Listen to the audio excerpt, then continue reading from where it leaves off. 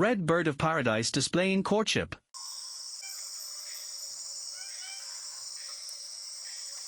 Red bird of paradise is an Indonesian endemic.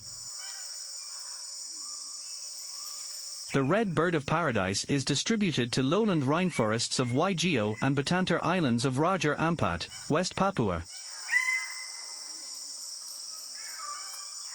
The male has an emerald green face, a pair of elongated black corkscrew-shaped tail wires, dark green feather pom-poms above each eye, and a train of glossy crimson-red plumes with whitish tips at either side of the breast. The male measures up to 72 centimeters long, including the ornamental red plumes that require at least 6 years to fully attain.